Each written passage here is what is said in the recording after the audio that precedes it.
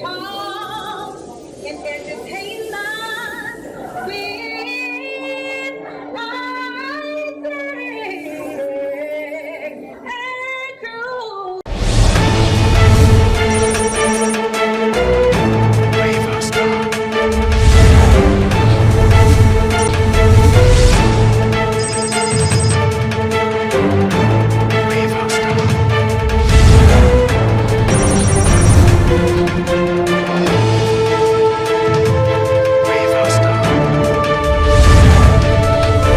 Hello everyone, I'm Isaac Cherry with Sports Talk and Edutainment with Isaac and Crew. And right here I'm sitting with Savoy, the fan favorite. Cameron Jet. and today we're going to talk about the NFL, the NBA. First we're going to talk about the NFL. You know, we gotta talk about them boys. Okay. Dallas, 10-1. Ezekiel Elliott, 1,199 rushing yards. Dak Prescott, sorry about that. 18 touchdowns, 2 interceptions. 10-1. How y'all feeling about Dallas this year? Well, I'm feeling very great about this team this year. But Dak and Zeke, they're both doing exceptionally well this year. But I think we got to give the credit to the O-line that they have. Because I don't think if they had a different O-line kind of season they're having. But other than that, they're doing great. I'm gonna piggyback off some boys, but at that offensive line, Dak wouldn't have the luxury, of being comfortable in the pocket and getting the passes out that he's getting. Even sometimes with the pressure, he's still getting those passes on these miraculous passes.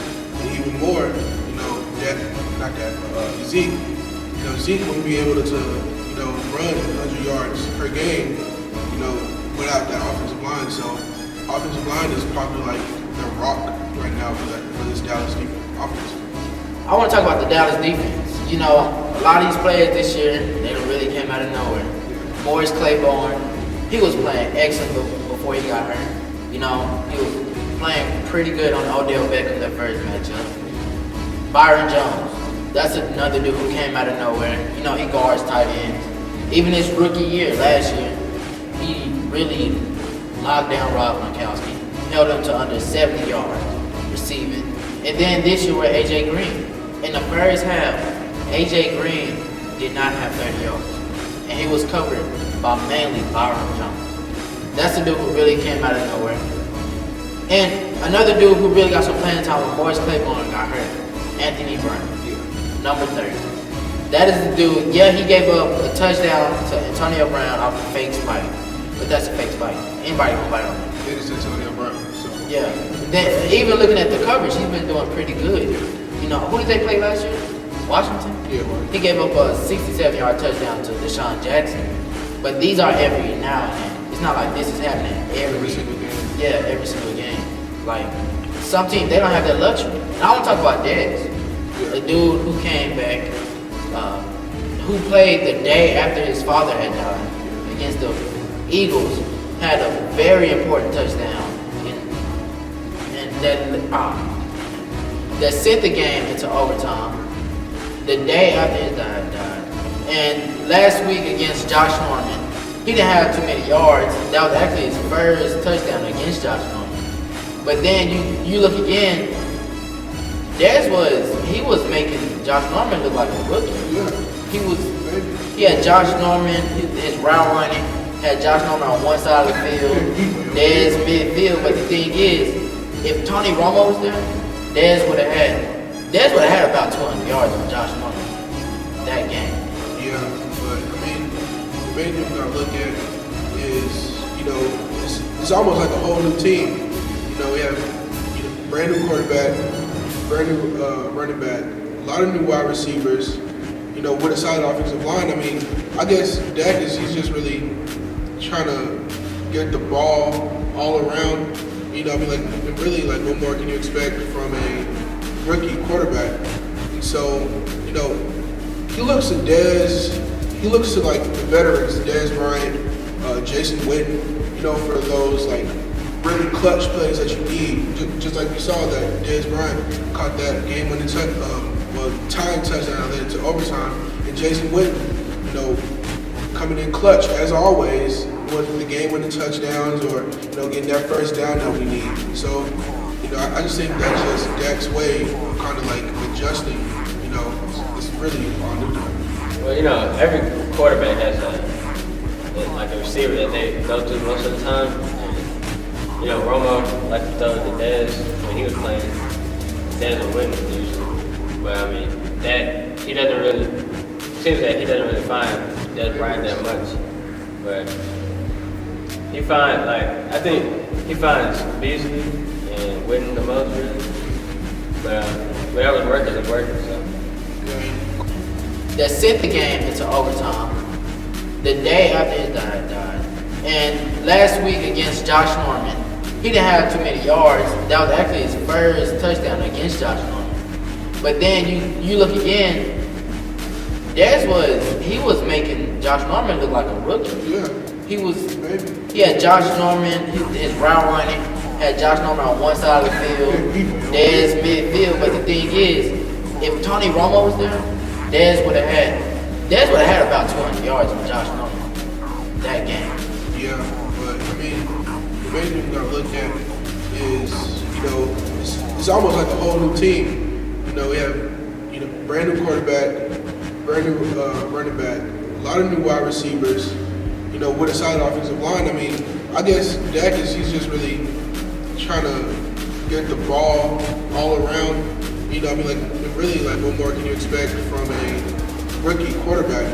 And so, he looks at Dez, he looks to the veterans, Dez Bryant, Jason Witten, for those really clutch plays that you need. Just like you saw that Dez Bryant caught that game-winning tying touchdown led to overtime, and Jason Witten, coming in clutch as always with the game-winning touchdowns or getting that first down that we need. So, I just think that's just Dak's way of kind of adjusting. It's really all new to him. Well, every quarterback has a receiver that they go to most of the time. And, Romo liked to throw to Dez when he was playing. Dez would win usually. But I mean, he doesn't really. It seems that he doesn't really find Dez Bryant that much. But I think he finds Beasley and Witten the most really. But whatever's working is working. So.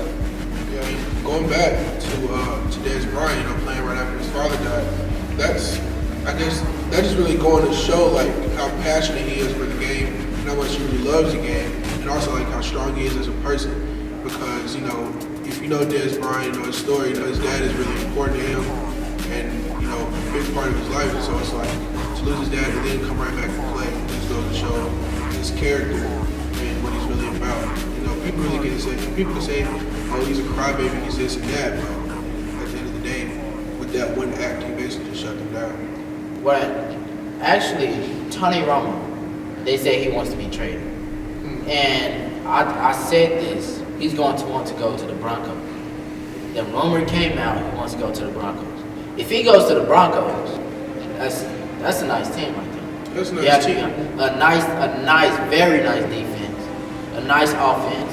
Only thing they're missing is a QB. But the thing is, the Broncos, I don't think they have it. After losing Peyton Manning and missing on quarterbacks, Trevor Seisman, he's been good. But he's not no franchise quarterback. And then you got Tom Brady, Andrew Luck, Derek Carr, who has led the Raiders to a 9-2 record, spreading the ball around to Amari Cooper, Michael Crabtree, Clive Walford, and just that defense, Khalil Mack, who had a pick 6 last week. I don't see Denver doing anything for any time soon. And I mean, it's with Denver, with Tony, I don't think it'll be actually a good career move for him to leave. Because, we all know that Tony's main goal in the league, that the only reason he's still here anymore is because he wants a ring. And I don't think with him going to the Broncos, his chances of getting that ring is going to necessarily improve. I think if he stays right where he is, basically just let Dak and Zeke, and just let the other players on your team that are playing, just let them carry you. because either way, you're still gonna get a ring, and Jerry Jones already paid you this money, so it's like win-win if you just sit where you are and just stand still. The thing is, like, being a veteran quarterback, like, just as a player, you can't. I don't think he feels like he can sit back and let a rookie come and take a position. Where, I mean, Romo wants to play. He also wants to ring. He does, but he wants to win a ring. Would you rather sacrifice playing time in order to get what you really want, which is a ring, or would you say, okay, you know what, forget the chemistry that they have, or forget me possibly getting the ring with this team, just train me right now because I'm not playing. Prospects, customers, and clients have loved to browse brochures, catalogs, magazines, yearbooks, and reports. But today, they want to be able to do that online. You may upload your brochures or catalogs to your website to display your product to your customers. However, your publications are limited by static pages that fail to motivate visitors. Is it possible to make your digital publications more engaging while reducing the bounce rate on your website? The answer is yes. It lets you easily convert your digital publication into an outstanding, interactive, media-rich user experience. Turning your static page PDF file into a lifelike page flipbook will inspire your customers immediately with an extraordinary reading experience. Add video and an image gallery to create lively scenes, making your digital book media-rich and impressive, enabling readers to click, tap, scroll, and explore all the content on the page. Reach your audience on any device or platform, no matter if they use an iPad, iPhone, Android phone, email, or social websites. Your flipbook will provide readers with an exciting personal experience. Connect your publication with readers and their friends on social websites, which will help expand your product and brand awareness among Facebook and Twitter users. Enhance your catalogs and brochures with unique shopping experiences that enable your customers to explore your products or service in vivid detail and motivate them to buy. Are you ready to take your online publications to the next level?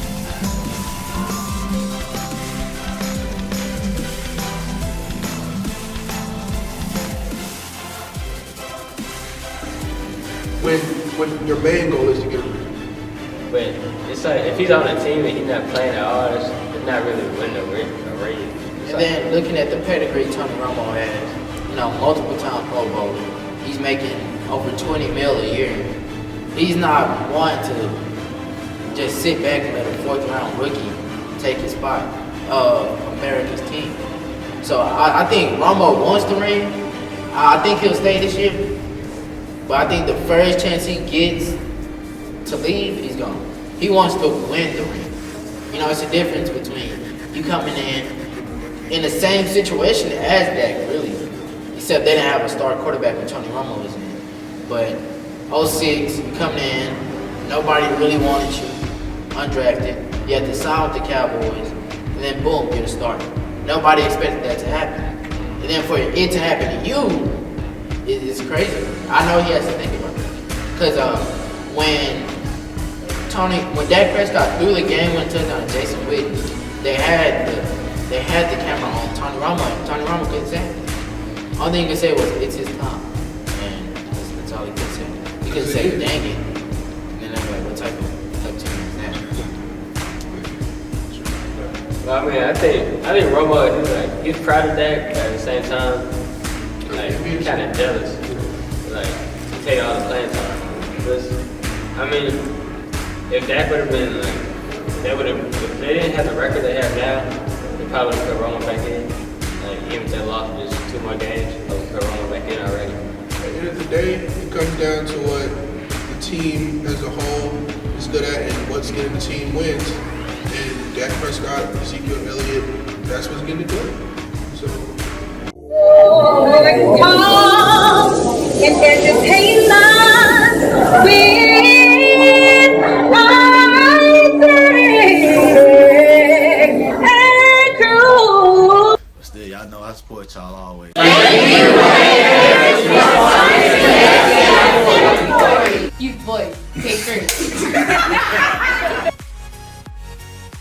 Hello, I'm Shedrick Boyd, and I have a daughter that's in the STI 740. What's up, boy? Hi, I'm a parent of my child that attends the STI 740. To be your own boss and be an entrepreneur like us. I got male mentoring camp for young men. Male mentor camp for young men. And that is...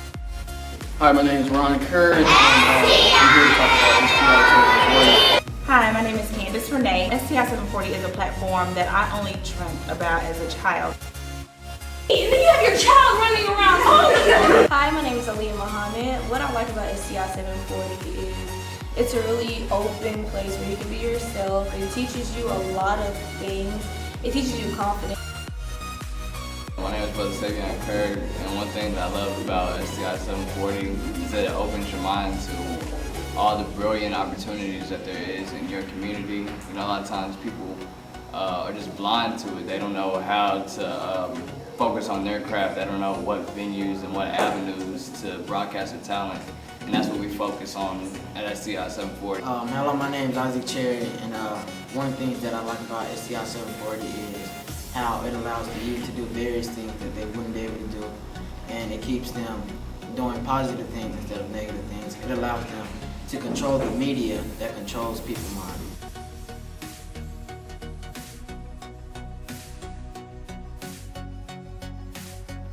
So, here's my question.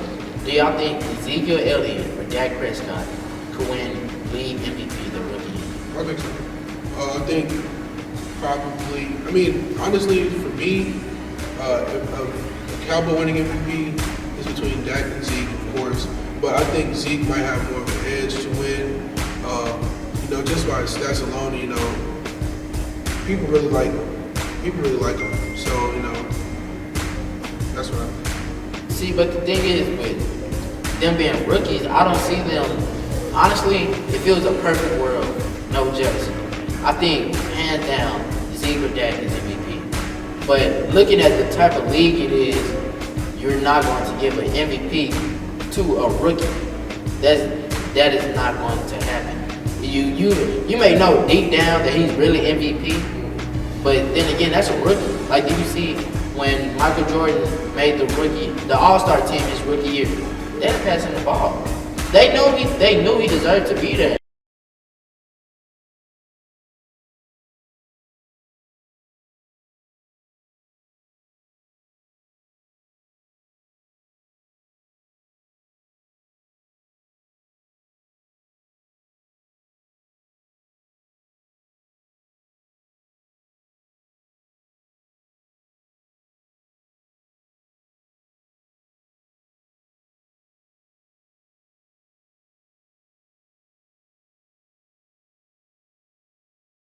But that's like, this dude's a rookie. He don't deserve to be up here with us. He can murder strikes. Well, who do you think is going to be the MVP? Me? If it's not Zeke or Dak, I have to go with either Derek Carr or Matt Ryan. I think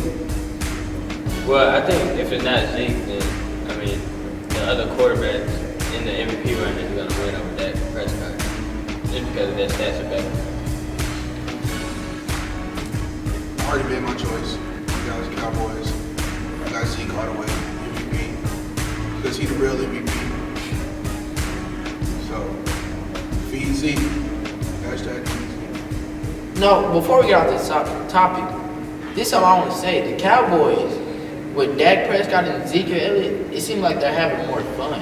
Yeah, I remember early in the season, I think probably the fourth game of the season for the Cowboys, one of the commentators asked, because, you know, Dak Prescott is like, look, he's always calm in any situation. He could be getting run down by a 200, 300-pound defensive lineman, and he just seems so calm, cool, and collected. And the coaches, they're even starting to realize it.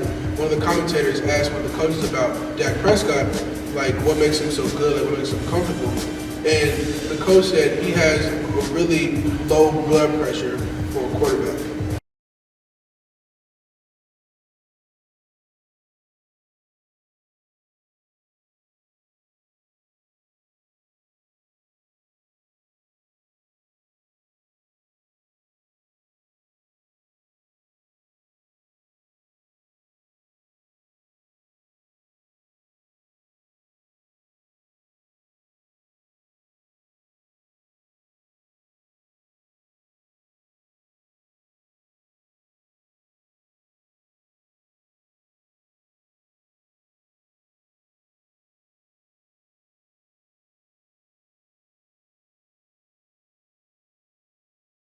that in itself, that in itself says a lot about Dak's maturity. You know, him being comfortable, you know, in the place that he's in, and for that to come out as a rookie, you know, even going back to his preseason games, you know, to be a rookie and, you know, just to be already comfortable and cool, calm, collected, it's like that energy from him just kind of transfers like the entire team. Because you got Ezekiel Elliott, you know, he seems to be a lot more relaxed when he's running the ball. You have, you know, Dez Bryant, you know, he seemed, just the whole team in general, they just seem a lot more relaxed and cool. And I think that's all starting from Ezekiel. Not Ezekiel, but Dak. Well, I think Dak just being a young quarterback alone, he gives them more variety of things they can do.